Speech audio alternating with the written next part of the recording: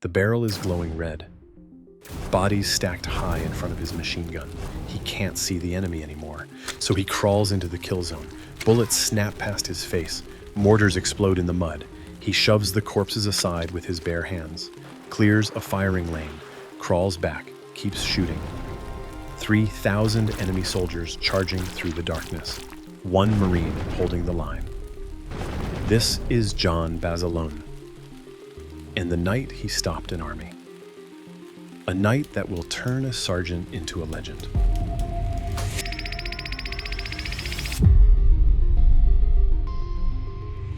John Basilone is born on November 4th, 1916, in Buffalo, New York. He's the sixth of 10 children in an Italian-American family. His father, Salvatore, came from a small town near Naples. His mother, Dora, grew up in New Jersey. They meet at a church gathering and marry 3 years later. When John is 2 years old, the family moves to Raritan, New Jersey. It's a small working-class town where his father opens a tailor shop. John grows up restless. He's popular and mischievous. At 7 years old, he climbs into a pen with a bull, thinking he can tame it. The bull knocks him flat. School doesn't suit him. One teacher calls him the most talkative boy in class. His sister says he just can't buckle down to his studies. At 15, he drops out after middle school and goes to work as a golf caddy at the local country club. But John wants more than hauling clubs for rich men. In July 1934, just shy of his 18th birthday, he enlists in the United States Army. After training, he's assigned to the 31st Infantry Regiment and shipped to the Philippines. For John Basilone, it's love at first sight. The tropical heat, the excitement of Manila, the life of a soldier overseas. He finds another calling there too, boxing. Basilone steps into the ring and discovers he's good at it, really good. He fights his way to becoming a local champion, drawing crowds and earning a reputation. His hands are quick. His chin is granite. General Douglas MacArthur himself watches his bouts. The other soldiers start calling him Manila John. 3 years pass. His enlistment ends in 1937, and Basilone returns to New Jersey. He moves back in with his parents, works as a truck driver. But civilian life feels hollow. He misses Manila. He misses the action. When war breaks out in Europe, Basilone sees his chance. He believes the Marine Corps will get him back to the Pacific faster than the Army. In June 1940, he enlists. He's 23 years old. Boot camp at Paris Island. Training at Quantico. Then a posting to Guantanamo Bay, Cuba. He waits. On December 7th, 1941, the Japanese bomb Pearl Harbor. America goes to war. By September 1942, Sergeant John Basilone lands on a jungle island in the South Pacific. Most Americans have never heard of it. Within weeks, it will become the most desperate battlefield of the war. Guadalcanal. The Marines capture an airfield on Guadalcanal in August 1942. They name it Henderson Field after a pilot killed at the Battle of Midway. It's a crude runway carved out of the jungle, just packed dirt and crushed coral. But it's about to become the most valuable piece of dirt in the Pacific. Control of Henderson Field means control of the skies. And control of the skies means control of the Solomon Islands. For the Japanese, losing this airfield is unacceptable. From Henderson Field, American planes can strike Japanese shipping lanes and threaten their expansion across the Pacific. They need it back. For 2 months, the Japanese bomb the airfield by day and send warships to shell it by night. They pour reinforcements onto the island, massing troops in the jungle for a massive ground assault. The Marines dig in and wait. Basilone commands 2 sections of heavy machine guns, about 16 men total. They're positioned along a ridge about 1,000 yards south of the airfield. Their commanding officer is Lieutenant Colonel Lewis B. Puller, a Marine who will become a legend in his own right. The men call him Chesty. On the night of October 24th, 1942, the Japanese attack. 3,000 soldiers from the Sendai Division come screaming out of the darkness. They charge through the jungle toward the thin Marine line. The password they're shouting sounds like bonsai. The rain is falling in sheets. The mud is knee-deep. Visibility is almost zero.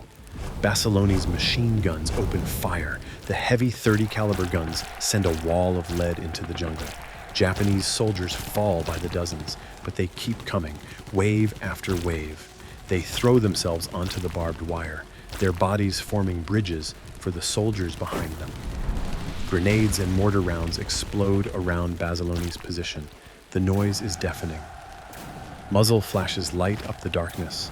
Men are screaming. One of Basilone's gun sections takes a direct hit. 2 men killed, 3 wounded. The guns go silent. There's now a hole in the line, and Japanese soldiers are pouring through. The defensive line is about to collapse. Basilone doesn't hesitate. He grabs a machine gun and its tripod. 90 pounds of steel. He sprints 200 yards through the chaos alone and reaches the breach. 8 Japanese soldiers have already broken through. Basilone kills them all with his pistol. He sets up the gun and opens fire. 1 man, 1 gun, holding the gap. But there's a problem. The other gun is jammed. Mud and water have fouled the mechanism. In almost total darkness, Basilone begins working the action by feel. His hands find the problem. He clears the jam. He gets the gun back online. Just as the next wave hits, the battle rages for hours. The guns get so hot that the barrels glow red in the darkness. The water jackets designed to cool them run dry. Basilone's men urinate into the jackets to keep the guns from seizing up. Basilone runs between his positions, feeding ammunition, clearing jams, steadying terrified young Marines who have never seen combat like this. He's everywhere at once. A sergeant holding his men together through sheer force of will. And still, the Japanese keep coming. Bodies begin to pile up in front of Basilone's position, stacked 2 and 3 high. So many corpses that they block his field of fire. He can't see the enemy anymore, so he does something insane. Basilone crawls out of his foxhole into the kill zone, rounds cracking past him, grenades exploding.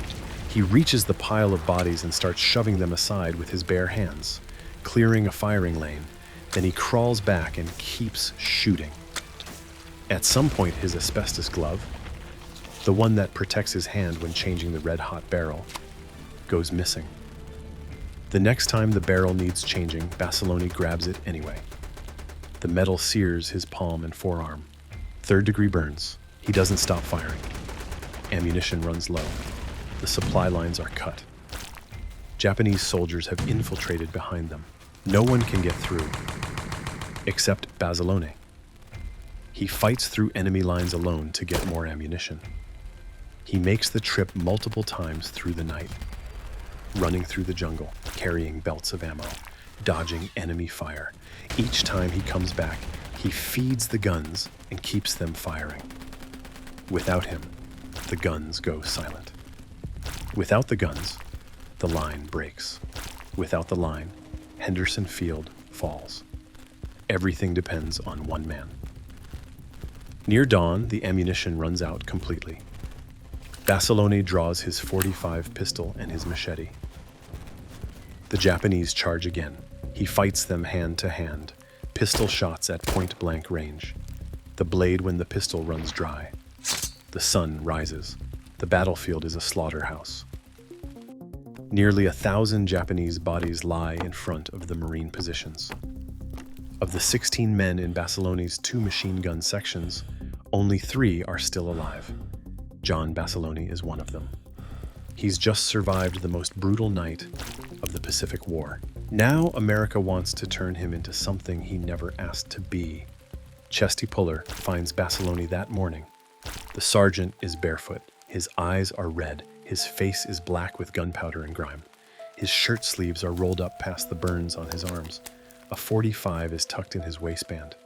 He's checking on his wounded men. Puller knows what he witnessed. A single sergeant holding together a defensive line that should have collapsed. Personally killing at least 38 enemy soldiers. Keeping his guns firing through a night of pure hell. He recommends Basilone for the Medal of Honor. On May 21, 1943, in a ceremony in Australia, Sergeant John Basilone receives the nation's highest military decoration. He's the first enlisted Marine in World War II to earn the Medal of Honor. Then they send him home. In August 1943, Basilone returns to the United States. The Marine Corps needs him for war bond tours. He arrives to find himself famous. His hometown of Raritan throws a parade on September 19th. 30,000 people line the streets. Politicians give speeches, cameras flash. Newsreel crews capture footage that will play in theaters across the country.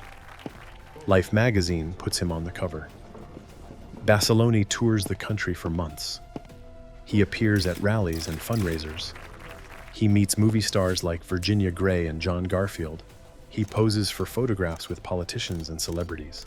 He shakes hands with thousands of strangers who call him a hero. Women send him marriage proposals. Studios ask him to appear in films.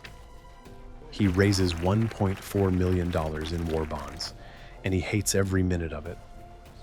Basilone feels like a fraud, a performing animal. He tells friends he's nothing but a museum piece. Meanwhile, his fellow Marines are still fighting and dying in the Pacific. He requests a transfer back to combat. The Marine Corps says no. They tell him he's more valuable at home. They offer him a commission. He can become an officer, a lieutenant. Basilone turns it down. "I ain't no officer," he says. They offer him a position as an instructor, safe duty stateside. He turns that down too. "I'm staying with my boys," he tells them. Finally, the Marines relent. In late 1943, Basilone is assigned to Camp Pendleton in California for training. He'll be going back to the Pacific. At Camp Pendleton, he meets a sergeant in the Marine Corps Women's Reserve. Her name is Lena May Riggy. She's from Portland, Oregon. Dark hair, bright eyes, a fellow Marine. They fall in love fast. On July 10th, 1944, John Basilone and Lena Riggy get married at St. Mary's Star of the Sea Church in Oceanside, California. They honeymoon briefly on her family's farm in Oregon. A few months later, Basilone gets his orders. He's shipping out. He leaves before Christmas. They've been married 7 months. His next fight is waiting. February 19th, 1945, the first day of the invasion of Iwo Jima. Gunnery Sergeant John Basilone is serving as a machine gun section leader with Charlie Company, 1st Battalion, 27th Marine Regiment. His landing zone is a stretch of volcanic sand called Red Beach 2. Iwo Jima is an 8-square-mile island of rock and ash, roughly halfway between Tokyo and the American air bases in the Marianas. The Japanese have been fortifying it for months. They've dug tunnels 30 feet underground. They've built pillboxes and bunkers across every beach. They've hidden artillery in the cliffs. 21,000 Japanese soldiers are waiting. The American planners expect the battle to last 5 days. It will last 36. The Marines have no idea what they're walking into. The landing craft hit the beach. The ramps drop. Marines pour onto the black sand and walk straight into a wall of fire. The Japanese have waited until the beaches are packed with men. Now they open up with everything. Machine guns, mortars, artillery. Heavy caliber rounds tear through the landing craft. Marines are cut down by the dozens. Units are pinned against the sand with nowhere to go. Basilone's company is trapped. A Japanese blockhouse has them locked down with concentrated fire. Men are dying all around him. Basilone studies the position. Then he moves. He works his way around the flank. Under fire the entire time. He gets behind the blockhouse. Then he climbs on top of it. Grenades in hand, he drops the grenades through the openings. The explosions rip through the garrison inside. Basilone finishes them with demolition charges.